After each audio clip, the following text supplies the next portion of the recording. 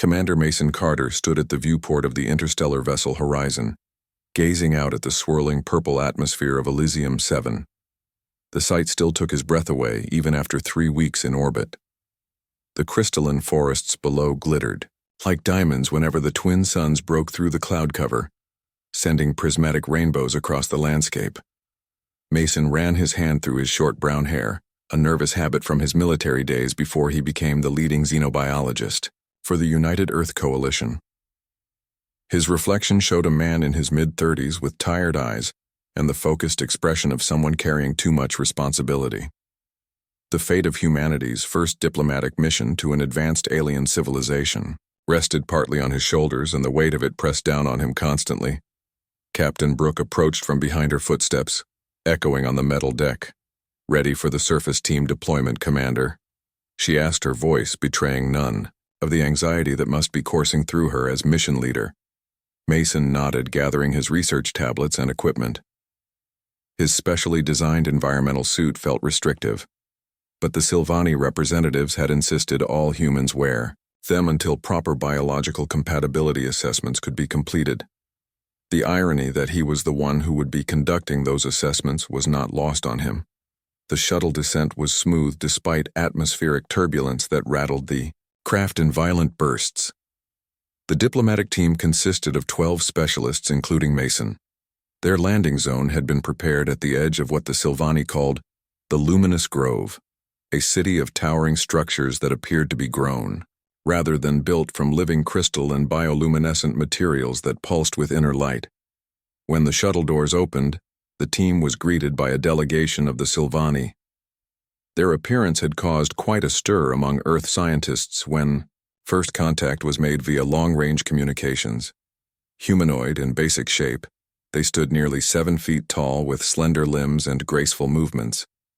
Their skin ranged from pale blue to deep violet with luminescent patterns that shifted with their emotions. Most striking were their eyes, large and multifaceted like opals that changed color depending on the angle of light. The lead representative stepped forward. "We welcome Earth children to Elysium," he said in carefully practiced English. "My name is Varan, Chief Advisor to Her Luminance Queen Lyra, Sovereign of the Seven Groves and Keeper of the Ancient Flame Mason." Studied the alien, carefully noting the subtle differences in posture and movement compared to the transmissions they had received. He was already cataloging biological observations mentally when Varan turned specifically toward him. "You must be Commander Carter, the one who studies life. Her Luminance has expressed particular interest in your work." Mason felt a flutter of surprise that the Queen would know of him. Specifically, Captain Brooke took over the formal greetings while Mason continued his observations. The welcoming party guided them toward a massive structure that spiraled upward, seeming to defy gravity. The walls were translucent, allowing glimpses of Sylvani moving within like shadows behind frosted glass. The diplomatic compound prepared for the humans was a self-sustained habitat at the edge of the Luminous Grove. Human-compatible food and water had been synthesized based on specifications sent ahead, and living quarters designed to approximate Earth-standard gravity and atmosphere. Captain Brooke assigned rooms and scheduled the first formal meeting for the following morning. Mason spent the evening organizing his lab equipment, unable to sleep with the excitement of being the first human xenobiologist to study the Sylvani up close. His quarters overlooked a section of the crystalline forest where crystal formations grew in impossible shapes reflecting the light of 3 moons. The beauty was hypnotic, but something about the forest edge caught his attention. A shadow moved between the crystal trees, too large to be one of the Sylvani they had met.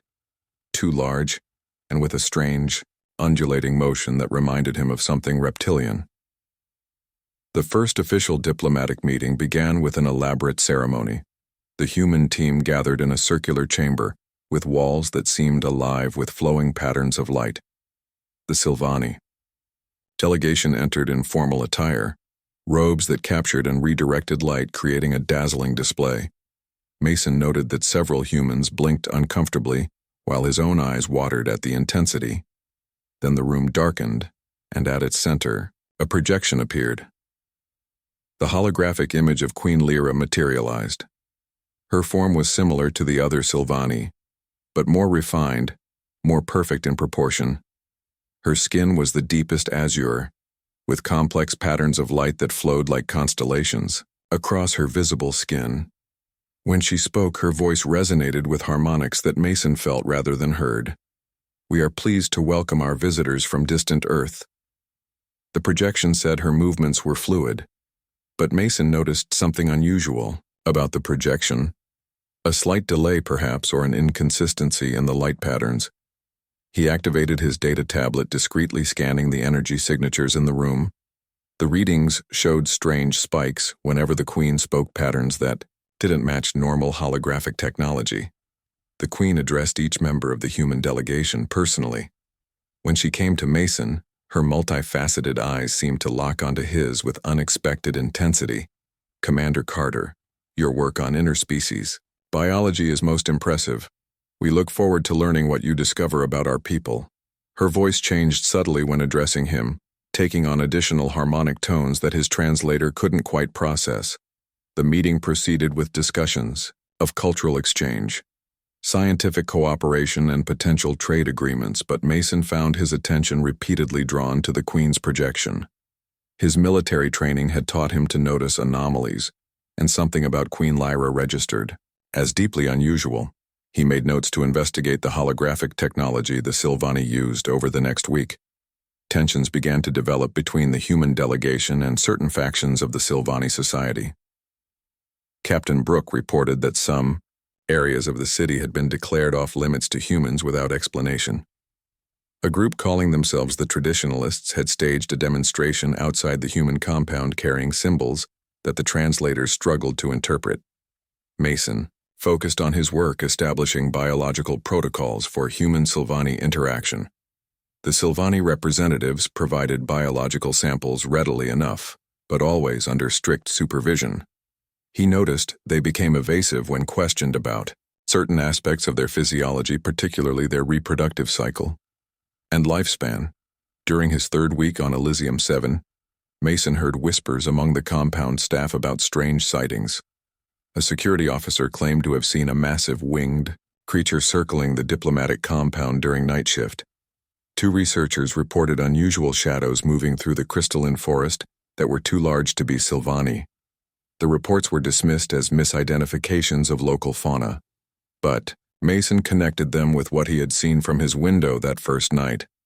His curiosity piqued. Mason requested permission to explore beyond the designated zones. His request was officially denied, but Captain Brooke pulled him aside afterward. "Keep this quiet," she whispered. "But some of our team have been mapping the restricted areas.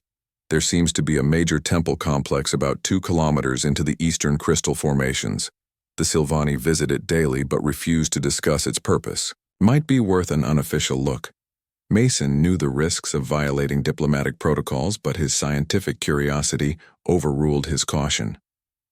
Using a gap in the security perimeter, he slipped out during the evening meditation period when most Sylvani retreated indoors. He followed the coordinates Brooke had provided, trekking through crystal formations that grew more dense and towering as he progressed. The temple was unmistakable. A massive structure half grown from living crystal, half carved, into the mountainside. Its entrance was flanked by towering statues of Sylvani figures with outstretched arms. Their faces were lifted toward the sky in an expression of rapture or perhaps supplication.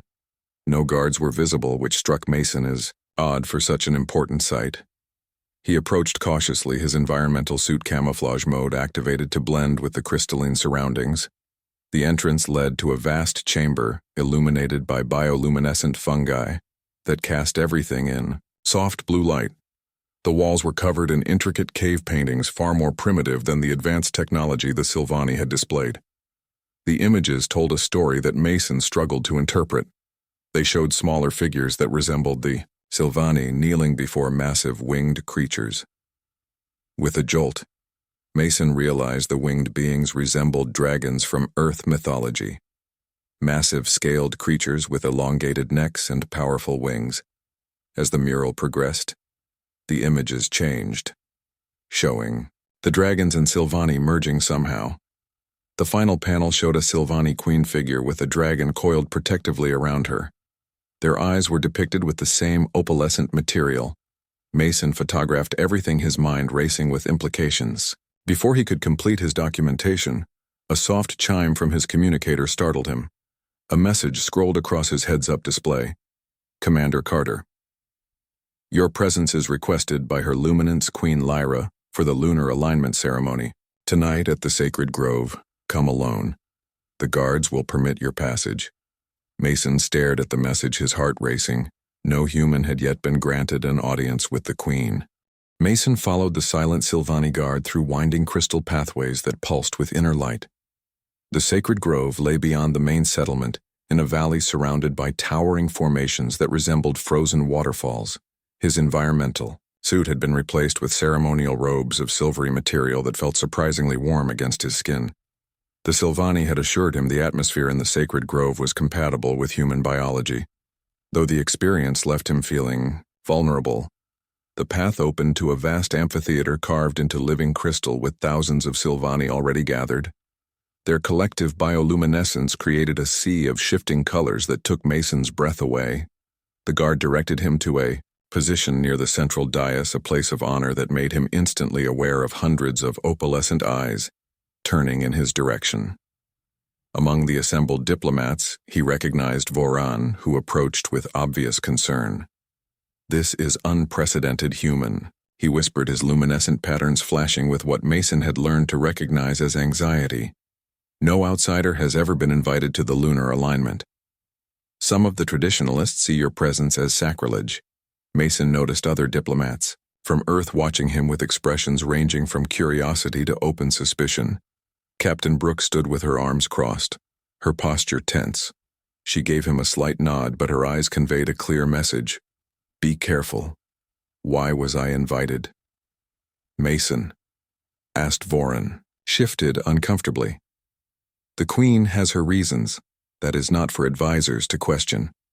Before Mason could press further, a resonant tone echoed throughout the grove. The crowd fell instantly silent as the 3 moons of Elysium 7 became visible directly. Overhead, their light focused through the crystal formations, creating a convergent beam that struck the central dais. From the ground rose a platform carrying Queen Lyra. Mason felt his scientific mind struggling to process what he was seeing. This was no hologram. The Queen stood tall and regal, her azure skin covered in luminescent patterns far more complex than any Sylvani he had yet encountered. Her eyes shifted through colors like living opals as she surveyed the assembly. Mason could not look away. She was both beautiful and terrifying in her perfection. When her gaze fell upon him, he felt a strange sensation like fingers brushing against his consciousness. The translator at his throat warmed as she began to speak. The cycle turns. Again, she said, her voice carrying harmonic undertones that made the crystal structures vibrate in sympathy. We stand at the convergence as our ancestors have done since the Great Merging. As it was then, so it shall be renewed. The ceremony progressed, with rhythmic chanting as selected. Sylvani approached the Queen, offering small crystal shards that she touched to her forehead. Mason observed everything with the detached precision of a scientist, noting the ceremonial patterns and trying to correlate them with the temple paintings he had discovered. Without warning, his place in the proceedings was announced. The assembly fell silent as his human name echoed through the grove. Mason, Carter of Earth, approach. The convergence. Captain Brooke made a subtle motion as if to stop him, but Mason had already begun walking toward the dais. His military training kept his steps measured despite the tension building in his chest. As he approached, Queen Lyra loomed over him, her height even more impressive. Up close, the air around her seemed to shimmer with energy. Honored guest, the Queen spoke directly to him now, her voice modulated to reach his ears alone. You have seen what others have not. You carry questions that seek answers. Mason wondered if she referred to his unauthorized visit to the temple. Something in her multifaceted eyes suggested knowledge far beyond what should be possible. He opened his mouth to respond when a subtle movement in his peripheral vision caught his attention. Years of combat training took over. A shadow shifted behind the crystal formations flanking the royal dais. The glint of metal, the distinctive shape of a projectile weapon. Mason recognized the assassination attempt before his conscious mind could process. Time seemed to slow. The Queen continued speaking, unaware of the danger. Mason calculated trajectory and distance in an instant. His body moved, without conscious thought, launching forward toward the Queen as a whisper of displaced air signaled the arrow's release. He collided with her slender form, shoving her aside with more force than he intended. A burning sensation erupted in his right shoulder as the projectile meant for the Queen found him. Instead, the pain was immediate and intense, spreading through his body like liquid fire. Chaos erupted around him. Sylvani guards materialized from hidden positions. The crowd surged in confusion. Some fled while others pressed forward. The sky above seemed to darken impossibly as Mason fell. To his knees, the poison already working through his system. Queen Lyra knelt beside him, her expression unreadable, as her patterns flashed in rapid sequences that his translator could not interpret. Through blurring vision, Mason watched something impossible happening. The Queen's form seemed to shimmer and change. Her slender arms supporting his head now showed hints of scales forming beneath the skin. Her eyes expanded, growing larger and more reptilian. "You should not have interfered," she whispered, in a voice that seemed to contain multiple tones simultaneously, speaking both to him and through him. "Now everything changes." Mason tried to respond, but the words would not come. The poison reached his heart, sending waves of fire through his chest. The last of his consciousness registered a strange sound from above, a leathery flap of massive wings. The screams of the assembled Sylvani reaching new heights of panic. Through fading vision, he saw a massive form descending from the night sky, a creature of legend with scales that caught the triple moonlight and reflected it in iridescent patterns. Wings that spanned wider than the diplomatic shuttle. Sylvani scattered in terror as the beast landed beside the dais beside him. The creature lowered its head, massive and serpentine, with eyes that matched the Queen's exactly in their opalescent shifting. As consciousness slipped away, Mason felt himself being lifted by careful claws. His scientist mind made one final connection before darkness claimed him completely. The temple paintings, the dragon and the Queen, they were one and the same. He felt himself being carried away as the poison claimed the last of his awareness. Voices argued around him in the Sylvani language, too rapid for his translator to process: the dragon, the Queen, the assassination attempt. None of it made sense, yet somehow it all connected in ways his human mind could not yet comprehend, as darkness claimed him completely. Mason thought he heard the Queen speak once more, this time directly into his mind. "You have saved what you do not understand, human. Now you are bound to us by blood and debt. The ancient laws must be honored. The bond cannot be undone." Then nothing but darkness and the sensation of flight. Mason floated in darkness, pain ebbing and flowing like tides. His consciousness drifted between fevered dreams and glimpses of reality. Faces appeared above him. Some human, some Sylvani. Voices argued in multiple languages. Hands touched his burning skin, applying cool substances that pulsed with bioluminescent energy. Time lost all meaning. When awareness finally returned fully, Mason found himself in a crystalline chamber unlike any in the diplomatic compound. The walls were curved, forming a perfect dome that caught and amplified light from an unknown source. His body lay on a platform of some living material that adjusted to his movements. The wound in his shoulder no longer burned with poison, but instead glowed with a soft blue light that pulsed in rhythm with his heartbeat. A human face came into view as he tried to sit up. Dr. Olivia Wells, the mission medical specialist, placed a gentle hand on his uninjured shoulder. "Easy, Commander," she said, her eyes showing both relief and concern. "You've been unconscious for 3 days. The Sylvani healers have been working nonstop to counteract the poison." Mason tried to speak, finding his throat painfully dry. Olivia offered him a container of water, helping him drink slowly. His mind raced with fragmented memories: the ceremony, the assassination attempt, the Queen changing somehow, a dragon descending from the sky, the arrow. Olivia continued was designed specifically to kill Queen Lyra. The toxin was engineered to target her unique biology. If it had struck her, she would have died instantly. "You should have died too." The Sylvani say your human physiology slowed the poison, just enough for their healers to develop a countermeasure. The chamber door irised open, admitting Captain Brooke. Her face showed the strain of the past days, dark circles under her eyes and new lines around her mouth. She nodded to Olivia, who discreetly exited, leaving them alone. "You caused quite the diplomatic incident," she said, sitting beside his bed. "The Earth Coalition is demanding answers. The Sylvani Royal Guard has locked down the entire settlement. No one in or out. And half the diplomatic team is convinced you're either a hero or a spy." Mason tried to organize his thoughts. The poison still made his mind fuzzy around the edges. "What happened to the assassin?" he asked. Brooke shook her head. "Disappeared in the chaos. Some faction called the Purists has claimed responsibility. They say the Queen has betrayed their species by revealing their secrets to humans, that she is corrupt and unfit to rule." The captain leaned closer, lowering her voice. "There are rumors, Mason Strange. Rumors. The Sylvani are keeping something from us. Something big related to the Queen. Some of the guards were talking about transformation and ancient bloodlines." Nothing makes sense. Before Mason could respond, the chamber resonated with a subtle tone. The walls pulsed once with light, and Captain Brooke straightened immediately. "She requested private audience with you when you woke," she said, her expression unreadable. "Be careful what you say. The Coalition wants this alliance, but we need to understand what we're dealing with first." The door irised open again, and Queen Lyra entered.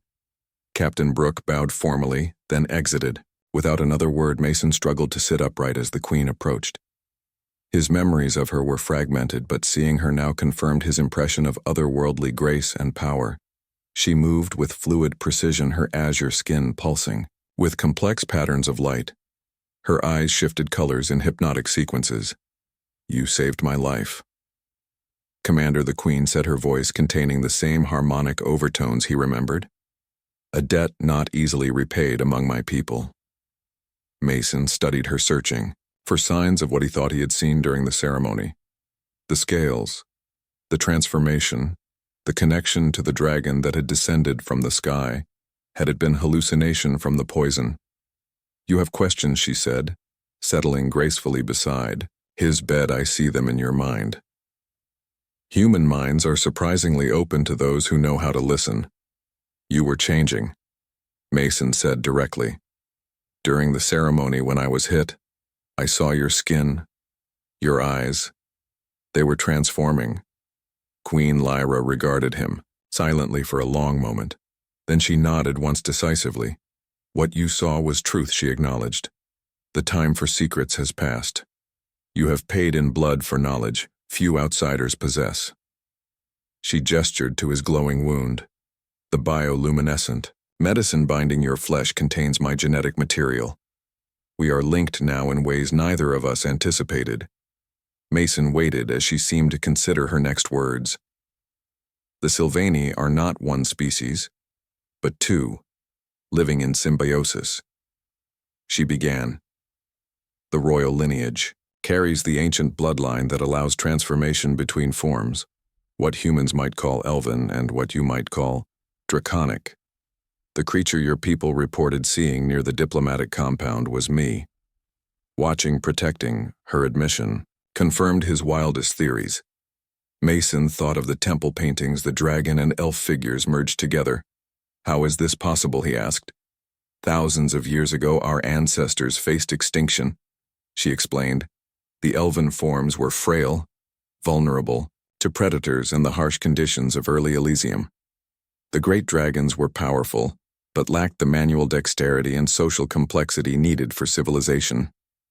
Our greatest scientists found a way to merge our genetic codes, creating a new, royal bloodline capable of shifting between forms. Each queen since has carried this dual nature." Queen Lyra stood, moving toward the chamber wall, which rippled at her touch, revealing a hidden alcove. She removed a small crystal container. "The assassination attempt was orchestrated by the Purists," she continued. "They believe contact with humans will destroy our ancient way of life.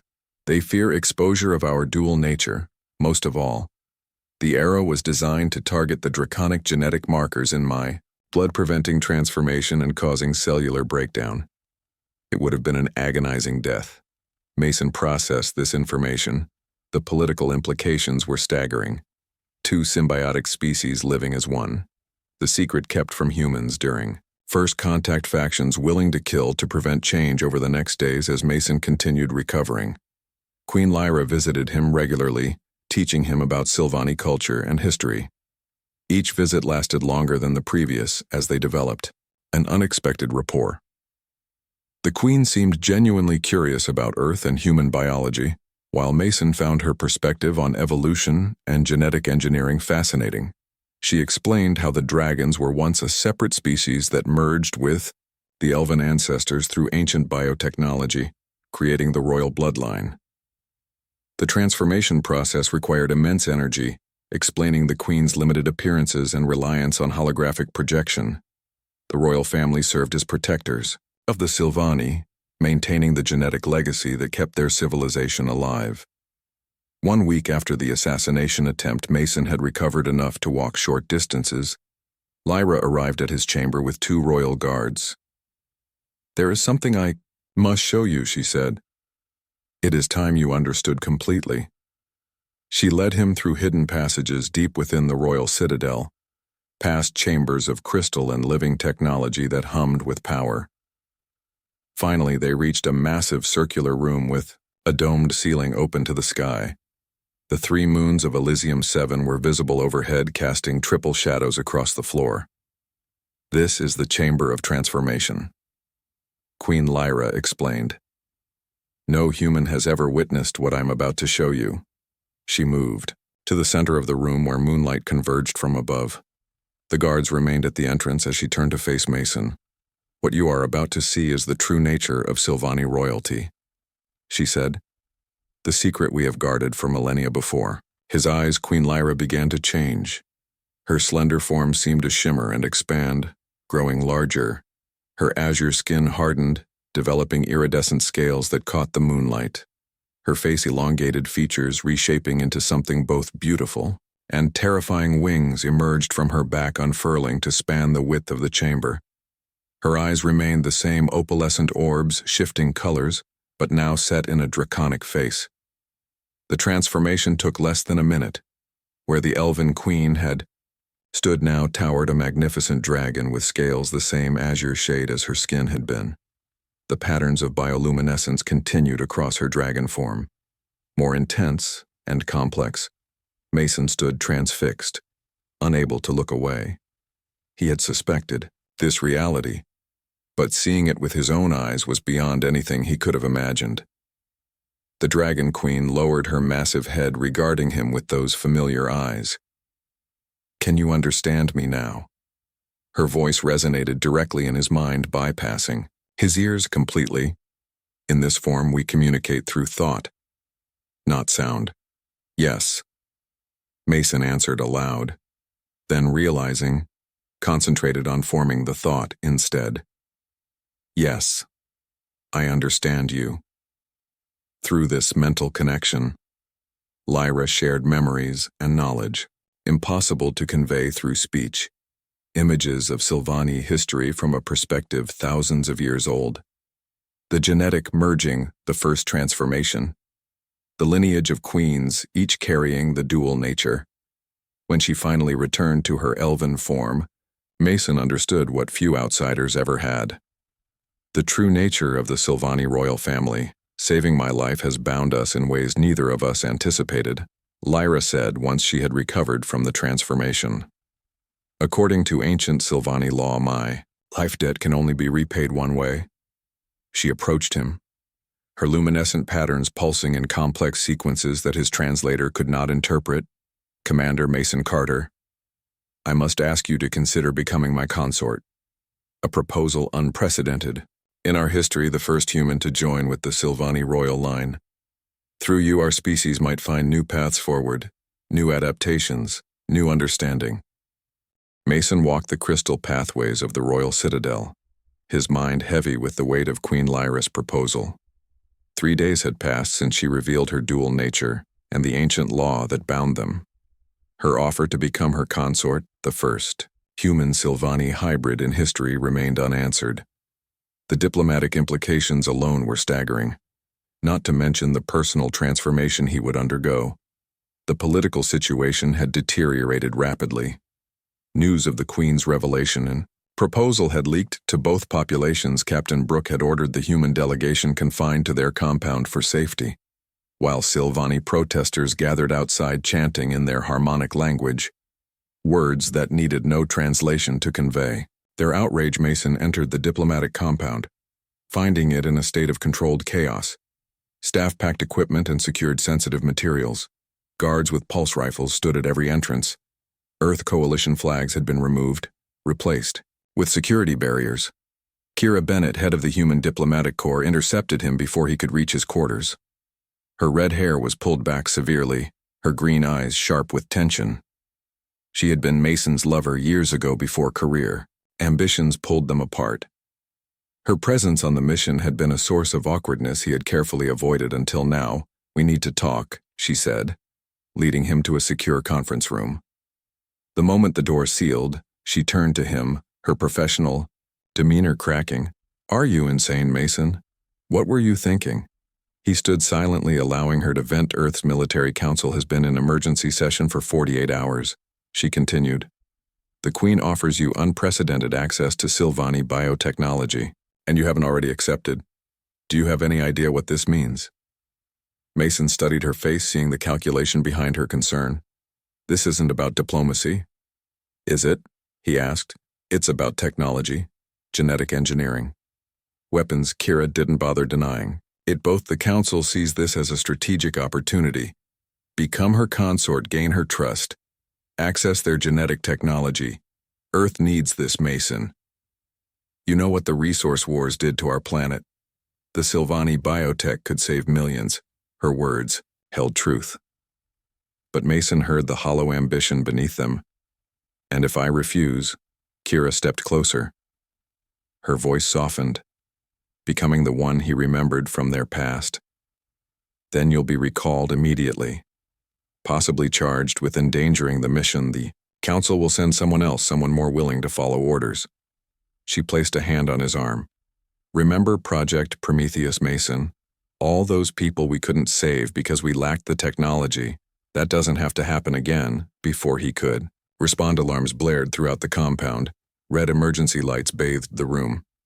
Captain Brooks' voice came over the communication system. "All personnel, security stations.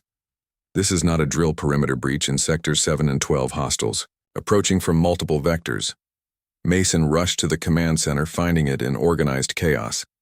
Tactical displays showed multiple groups converging on both the human compound and the Royal Citadel. The attackers moved with military precision, using the crystal formations as cover. "What are we looking at?" he demanded. "Purists," Captain Brooke replied. "They launched a coordinated attack 5 minutes ago. They hit the Royal Palace first, then we've lost contact with our team at the secondary research facility." Mason watched the tactical display with growing concern. The attack pattern was too precise, too coordinated for a civilian uprising. "These aren't just protesters," he observed. "They move like soldiers, Captain." Brooke nodded grimly. "Sylvani. Royal Guard Commander is requesting to speak with you directly. She says Queen Lyra has been injured in the initial assault." A holographic projection appeared above the central table. A female Sylvani, with crimson skin and battle armor, materialized. Her luminescent patterns pulsed rapidly with what Mason recognized as Distress Commander Carter. "I am Talia, Chief of the Royal Defense. The Queen's life is in danger. The Purists have breached the inner sanctum. She is wounded, unable to complete transformation. Our forces are scattered. We request immediate assistance." Mason glanced at Captain Brooke, who nodded once. Her expression said everything. Words unnecessary.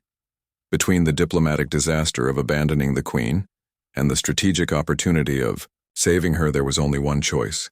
"It'll come immediately," Mason replied. "Where do you need me?"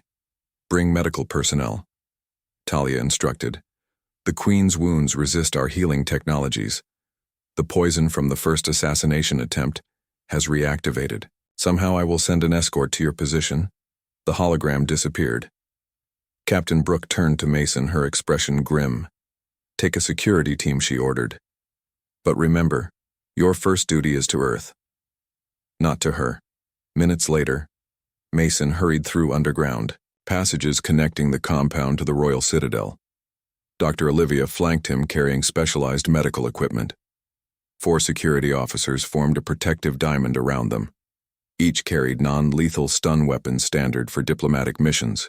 Though Mason suspected those weapons had been modified beyond regulation specifications, they emerged into chaos.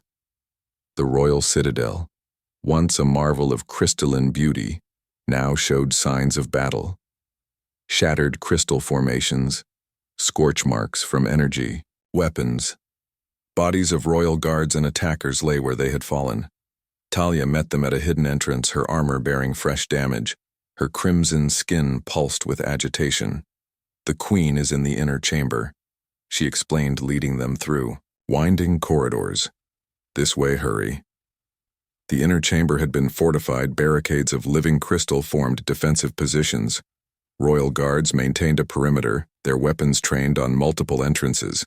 Queen Lyra lay on a raised platform. Her azure skin pale, her luminescent patterns flickering weakly. Mason rushed to her side. Dr. Olivia immediately began scanning with medical equipment. "I tried to transform," Lyra said, her voice barely audible. "The assassin's weapon contained a genetic inhibitor. It prevents the shift." When I attempted transformation, the poison reactivated. Mason examined her wounds with growing concern. The inhibitor was spreading visibly through her system, darkening the luminescent patterns that defined Sylvani biology. Dr. Olivia shook her head, subtly confirming his fears. The Queen's condition was deteriorating rapidly. Beyond the chamber walls, sounds of battle intensified. Energy weapons discharged with distinctive whines. Crystal shattered as explosives detonated. Talia received reports through her communication device, her expression darkening. "The Purists have breached the eastern defenses," she reported. "They will reach us within minutes. We cannot hold them back." Mason studied the tactical displays. A disturbing pattern emerged in the weapon signatures. "These energy signatures," he said. Pointing to the display, "I recognize them." Talia looked where he indicated.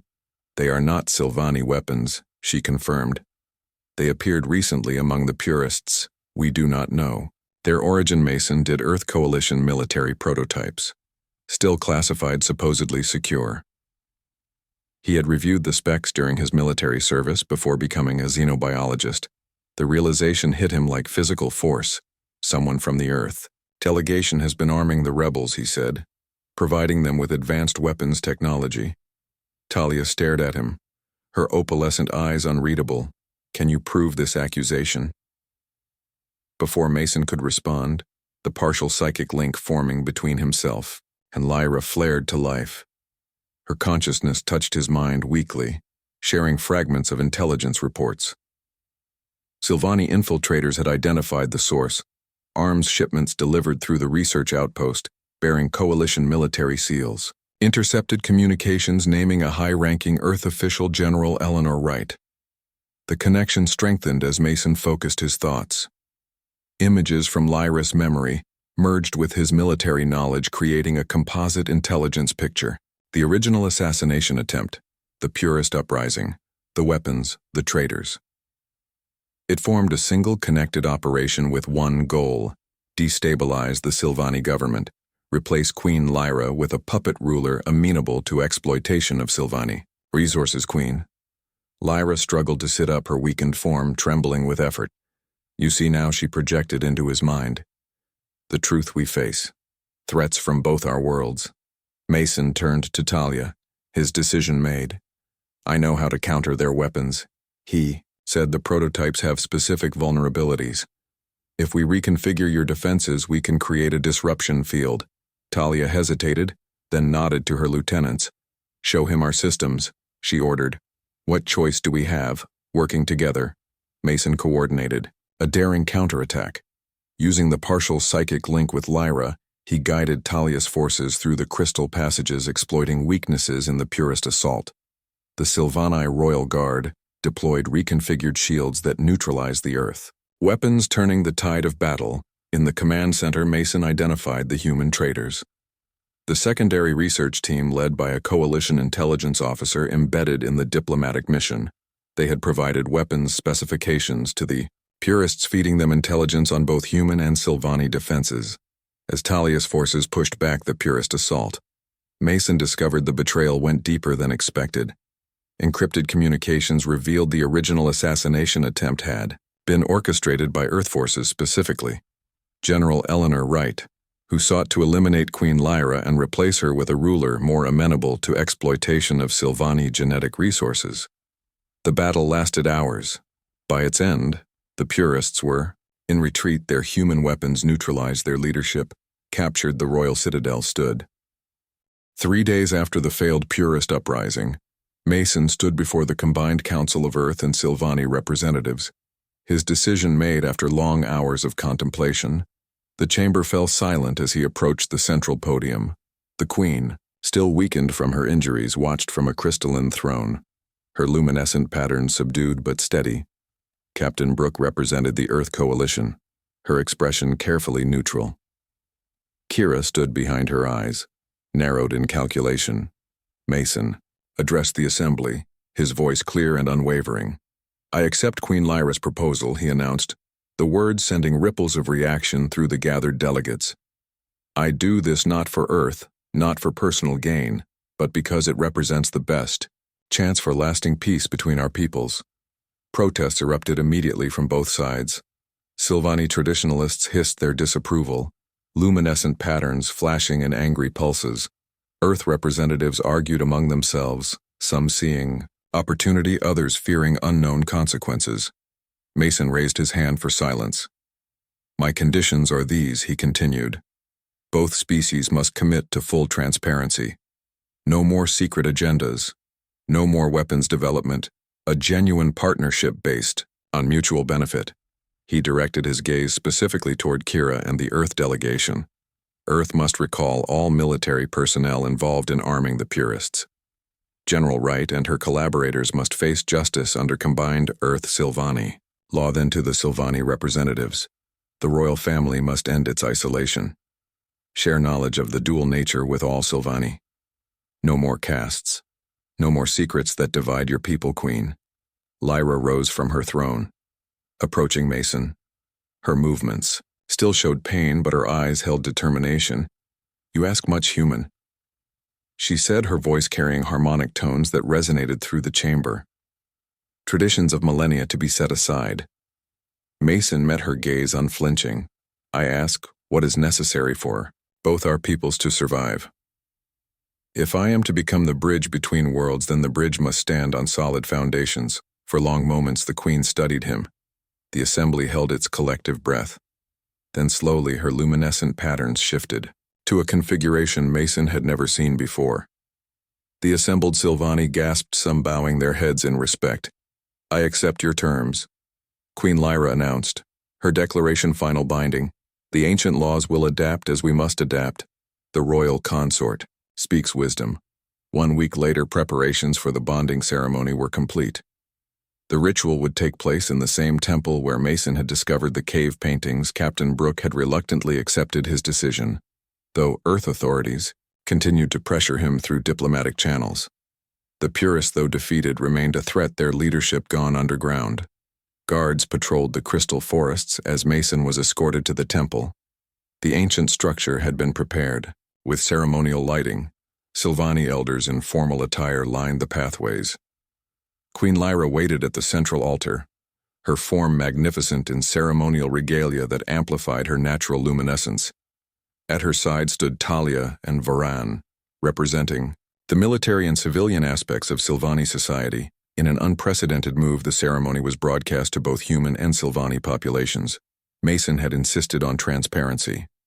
The mystique of the royal family would end with his bonding secrets, had nearly destroyed both peoples. Only truth would save them.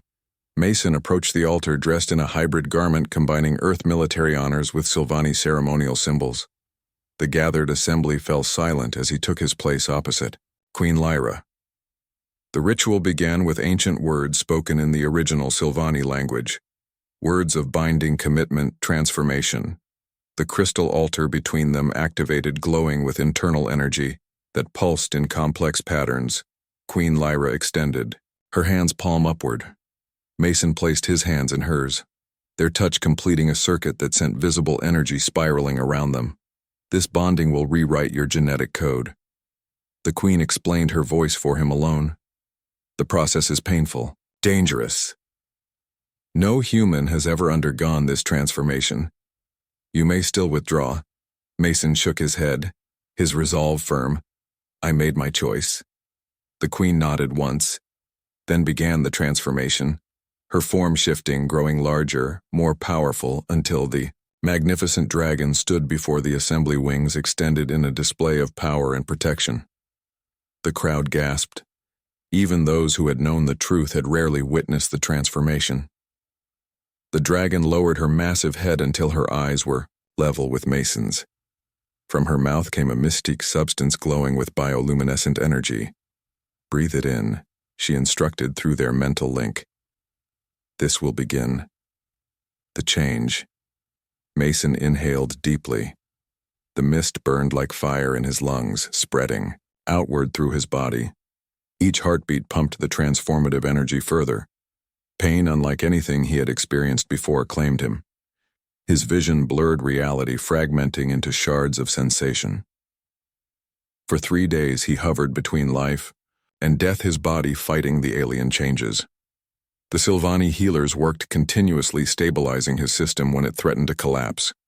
Human doctors monitored his vital signs, offering what assistance they could. Both species watching, learning, working together as the first human Sylvani hybrid struggled to survive. On the 4th day, Mason opened his eyes. The world appeared different colors, extended beyond any spectrum he had perceived before. Sounds carried nuances previously undetectable. His mind felt expanded, somehow aware of energies and patterns that had always existed beyond human perception. Lyra sat beside his bed in her elven form. Her expression showed relief and something more personal. Caring connection through their strengthened mental link. He felt her emotions without words. It worked. She said simply. Mason sat up, testing his transformed body. He could not transform as Lyra did. The genetic modification was partial, incomplete, but the changes were significant nonetheless. His skin now held subtle luminescent patterns that responded to his emotions. His eyes had developed opalescent qualities, reflecting light in ways human eyes could not. His senses extended far beyond normal human range, and the psychic connection with Lyra had strengthened, becoming a permanent bridge between their minds. Over the following months, Mason adapted to his new abilities, his unique perspective as both human and Sylvani, creating opportunities for true understanding between the species. Together with Queen Lyra, he faced down the remaining purist forces, his knowledge of Earth military tactics proving invaluable.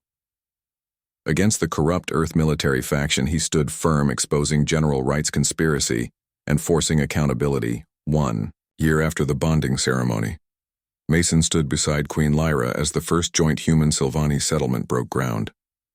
Earth technology merged with Sylvani biotechnology, creating sustainable habitats that honored both traditions. Captain Brooke, now Ambassador Brooke, represented Earth officially. Kira had been recalled, her political ambitions curtailed by the exposure of her connection to General Wright. The diplomatic compound, once separate, now integrated seamlessly with the Sylvani city. Crystal and steel merging in new architectural forms, symbolizing the alliance Mason had helped forge. As the ceremony concluded, Queen Lyra transformed the assembled crowd, watching in wonder, not fear. The magnificent dragon launched into flight, circling the settlement, her scales catching the alien sunlight.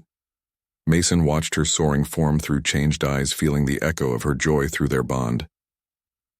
He reflected that saving her from that poisoned arrow had been merely the first step on a journey neither of them could have imagined. A journey that transformed not just him, but the future of 2 civilizations among the stars.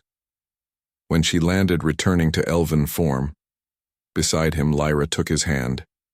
Their luminescent patterns synchronized perfectly. We have changed everything, she said. Mason nodded, watching humans and Silvani working together. Their differences still present, but no longer dividing them. It was worth the price, he replied. Around his neck he wore a crystal pendant containing a scale from Lyris dragon form, a reminder of the choice he had made, the transformation he had undergone, the future he had helped create. A human who had become something more, a bridge between worlds. A symbol of what was possible when ancient enemies became allies. The 3 moons of Elysium 7 rose overhead, casting triple shadows across the new settlement. In those shadows, Mason saw not darkness, but possibility. The next chapter in an unexpected journey that began with a single selfless act.